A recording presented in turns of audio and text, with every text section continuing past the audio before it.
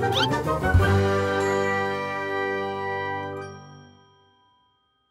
안녕하세요. 저는 면역학을 연구하는 신의철입니다. 오늘은 이 다양한 종류의 면역 반응에 대해서 말씀을 드리려고 합니다.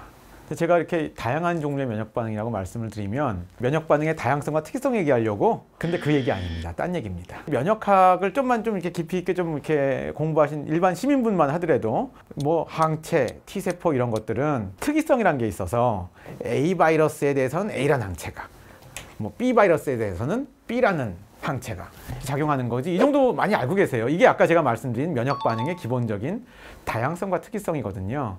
근데 제가 오늘 하는 건 그 얘기 아니라는 거, 이제 딴 종류의 다양성을 얘기한다는 거, 이제 그걸 이제 말씀드리겠습니다. 우리 몸에 기생하는 수많은 기생체, 얘네들을 그런 분류학적으로 바이러스냐 세균이냐 뭐 이런 거 하지 말고 우리 몸의 가장 기본 구성 단위인 세포를 기준으로 했을 때 어디서 사는가, 그 위치를 가지고 하면은 이게 면역 반응의 종류가 상당히 다르다는 걸 말씀드리는 겁니다. 한번 볼까요?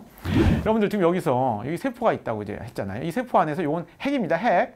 모든 세포에는 핵이라는 게 있는 거 알고 계시죠? 그런데 많은 박테리아, 우리 몸에 침해해서 살고는 있지만 얘네들은 세포 단위로 보면 세포 바깥에서 삽니다. 특히 이제 박테리아나 곰팡이 이런 것들이 이렇게 사는 게 많이 있습니다. 어떤 것들은 세포 안까지 들어왔어요. 근데 세포 아닌데 제가 좀 특이하게 그렸죠. 이건 뭐냐 하면은 여러분들 세포들이 뭐 대식작용이나 뭐 이런 비슷한 걸 통해 가지고 이렇게 밖에 있는 거를 끌고 먹듯이 끌고 들어오는 경우가 있어요. 이게 세포 안까지 침입은 했는데 진정한 세포 안이 아니고 사실 여기 하얀색으로 그려져 있는 데는 세포 밖이랑 마찬가지인 겁니다. 이런 종류 안에 사는 또 침입자들도 있어요. 가장 대표적인 게 결핵균 같은 겁니다. 결핵균은 박테리아인데 이런 데 삽니다. 근데 더 안까지 들어오는 경우도 있어요. 이 세포질이라고 한 진정한 세포의 안까지 들어온 거죠. 세포 바깥은 바깥인데 진짜 눈으로 보이는 너무 큰 거, 이런 거, 회충, 요충, 십이장충 이런 거 눈으로 보이거든요. 크게 보이거든요. 다양한 종류의 면역 반응, 각 병원체마다 다른 항체가 나오는 거다. 이게 아니라고 아까 말씀드렸잖아요.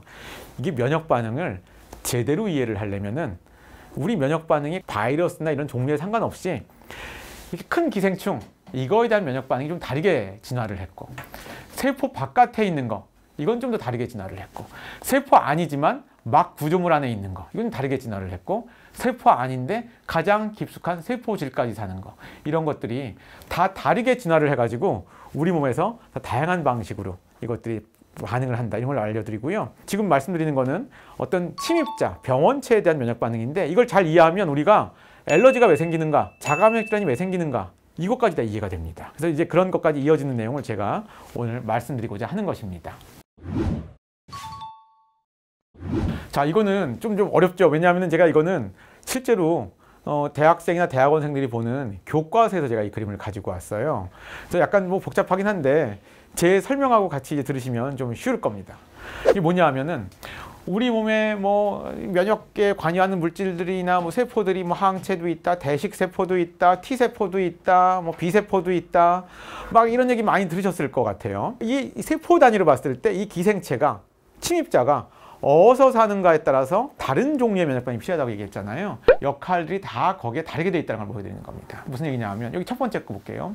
뭐 영어로 돼 있긴 하지만 익스트라셀룰라 마이크로브, 아까 제가 보여드린 세포 밖에서 사는 박테리아일 수도 있고 곰팡이일 수도 있어요. 이런 건데 얘네들은 가장 중요한 것이 바로 여기 Y자처럼 생긴 항체입니다. 항체. 이 항체를 내는 애들이 B세포가 되는 거죠. B세포. 이런 거 같은 경우는 B세포가 항체를 내면 이 세포 밖에 사는 이런 기생체를 잡아주면 더 이상 기능을 못하게 하고 막 죽여주기도 해요. 이 항체는 가장 큰 단점이 세포 안으로 못 들어가요. 그러니까 항체가 가장 중요한 역할을 담당하는 건 이 B세포나 항체는 이런 세포 밖에서 사는 애들을 죽이는 데 특화되어 있다, 이런 겁니다. 약간 좀 더 복잡해집니다. 아까 이건 뭐냐면 아까 제가 기억하실지 모르겠는데 기생체가 막 구조물 내에 있어요. 결핵균 같은 거, 이런 게 이런 데 삽니다. 근데 이렇게 보면 대식세포가 잡아먹었는데 결핵균 같은 경우는 굉장히 또 안 죽어요, 이런 데 안에서도.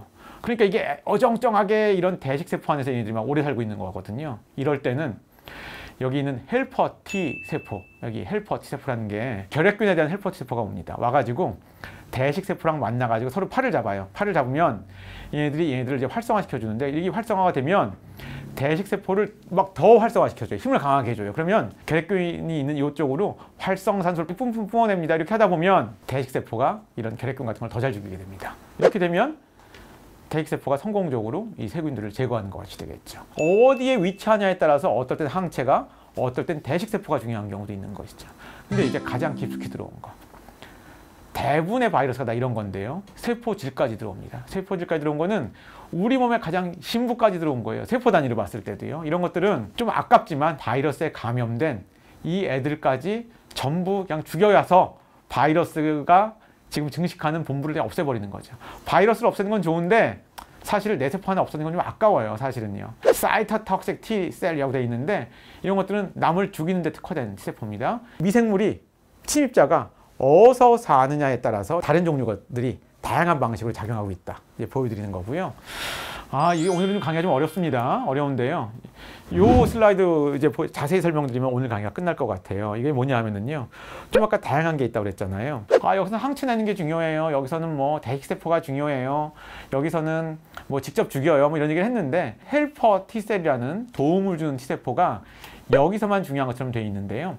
실제로 우리 몸의 면역 반응에서는 이 헬퍼, 도움세포가 이것도 도와주고 이것도 도와주고 다 도와줍니다. 근데 이 도와주는 것들이 다 또 특화가 돼 있어요. 대학이나 대학원에서요. 면역학을 조금이라도 공부하신 분들이 계시다면 헬퍼 1, 헬퍼 2 이런 거 들어보셨을 것 같아요. 이게 뭐냐 하면은 우리 몸에서 헬퍼 세포라는 것들이 처음에는 이제 이런 분화가 안 이루어져 있다가 어떤 미생물이 오면은 활성화가 되고 분화를 하는데 TH1, 2, 17이라는 이 세 가지 방식으로 분화를 합니다. 그래서 이거에 따라서 전혀 다른 종류의 면역 반응이 나온다는 걸 말씀을 드리는 건데, 내용을 들어가기 전에 명칭이 좀 이상하시죠? 야, 헬퍼 1이 있고 헬퍼 2가 있으면 그 다음에 헬퍼 3지 왜 17이야? 그래서 왜 17이야? 이런 생각이 드실 겁니다. 이유가 있습니다. 면역세포가 이런 종류의 다양성에는 헬퍼 1과 2 두 가지가 있다는 게 1990년대 초반에 알려졌어요. 그래서 이거 가지고서는 1과 2를 가지고 계속 연구를 많이 했습니다. 이 어떤 틀 안에서 연구를 많이 했는데 뭐 설명 안 되는 것도 많았어요. 20년 지난 다음에서야 새로운 게 있다는 걸 알게 됐거든요. TH17에서는 가장 중요한 특징이 이 IL17이라는 거거든요. 이것 때문에 그냥 17이라고 붙인 겁니다. 중요한 거는 세 가지 다른 방식의 다른 유형이 있다는 거. 결론만 좀 말씀드릴게요. 막 구조물 내에 있는 결핵균 같은 것들을 이게 제거해주는 이런 겁니다. 이형 같은 경우는요, 헬민식 파라사이틱이 뭐냐면 회충, 요충, 십이지장충 이런 큰 벌레들을 제거할 때 이 헬퍼2가 중요하다는 거, 이런 것들이 나오고 있고요. 균이나 곰팡이 중에서 세포 밖에서 사는 거, 이런 것들은 이 17형 면역 반응이 중요합니다. 면역 반응이 적절하게 일어나냐, 무조건 세냐 약하냐가 아니고 적절하게 일어나냐 아니냐 뭐 이런 것들을 얘기할 때가 있는데요. 이런 거에 대한 얘기에서 이게 왜 중요하냐면요. 한센병이라는 게 표준화가 돼 있지만 이런 병 있지 않습니까? 옛날에 환자들이 많았을 때 연구를 해보면은 어떤 사람은 균도 많이 나오고 어떤 사람은 균은 굉장히 적고 이런 게 아주 다양했었어요. 그래서 지금의 시각에서 본다면은 똑같은 나균에 걸려도, 한센균에 걸려도 1형 면역 반응으로 되느냐 2형 면역 반응으로 되느냐, 이게 무조건 세다 약하다가 아닙니다. 그러니까 1형 쪽으로 가느냐 2형 쪽으로 가느냐에 따라서 완전히 다른 식으로 나옵니다. 결론적으로 말씀드리면은 그 옛날 그 나병일 때, 한센병이 많았을 때도 보면은 이 1형 면역 반응으로 갈수록 균은 안 나와요. 그러니까 남 전염 안 시켜요. 근데 약간 신경 손상이 많습니다.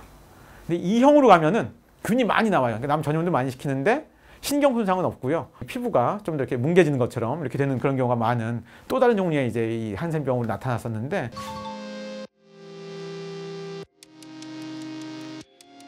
이것도 아직 정확히는 몰라요. 모르는데 어떤 이 사람이 가진 유전자형에 따라서 2형 면역 반응이 좀 센 사람이 있고 약한 사람, 이런 것 좀 있는 것 같아요. 확률론적인 것도 좀 있는 것 같기도 하고요. 아직은 좀 연구할 영역이 남아있는 그런 거라고 볼 수가 있겠습니다. 면역 반응의 다양함을 좀 다른 시각으로 제가 설명을 드렸는데 이게 또 다른 데서 중요하게 됩니다. 너무 과도하게 1형이나 17형이 일어나면 류마티스 관절염 같은 자가면역 질환이 많이 일어납니다. 근데 또 쓸데없이 일어날 필요가 없는데 꽃가루는 무시하고 넘어가도 되는데 거기에 대해서 2형 면역 반응이 굉장히 일어나잖아요.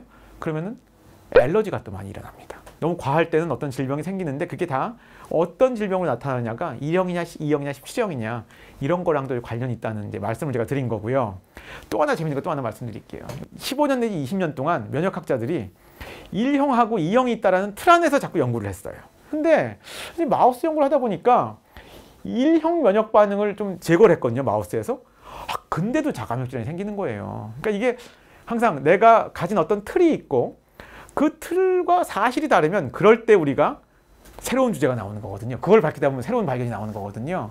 그래서 일형은 자가면역질환 맞는 것 같긴 하고 E형은 이게 과하면 알러지는 맞는 것 같은데 일형 면역 반응을 제거해도 이 자가면역질환이 스틸 생쥐에서 생긴단 말이죠. 그거를 원인을 찾다가 십시령을 찾게 됐어요. 그래서 지금은 오히려 자가면역질환에는 일형하고 십시령이 둘 다 기여하는데 십시령이 더 중요한 것 같아요. 십시령이 학자들이 가진 틀 그래서 연구하다가 이게 사실이랑 뭐가 다를 때 그걸 밝히려고 하다 보니까 또 새로운 세포의 종류를 알게 되고 더 사실에 근접한 것도 알게 되고 그럼 여기 무슨 일까지 벌어지는지 아세요? 상세한 얘기는 안 드렸지만 요거 뭐 IL-17이라는 게 중요하다고 그랬잖아요. 1, 2년 사이에 이 IL-17을 막아주는 그러니까 항체 치료제가 나왔어요. 그런 것들이 자가면역질환인데 기가 막히게 잘 됐습니다. 물론 병마다 좀 다르긴 한데요. 학자들이 연구하다가 어떻게 약 개발까지 이어지는지도 좀 보여주는 또 좋은 사례라고 생각이 되어서 그걸 강조하면서 제 강의를 마치도록 하겠습니다.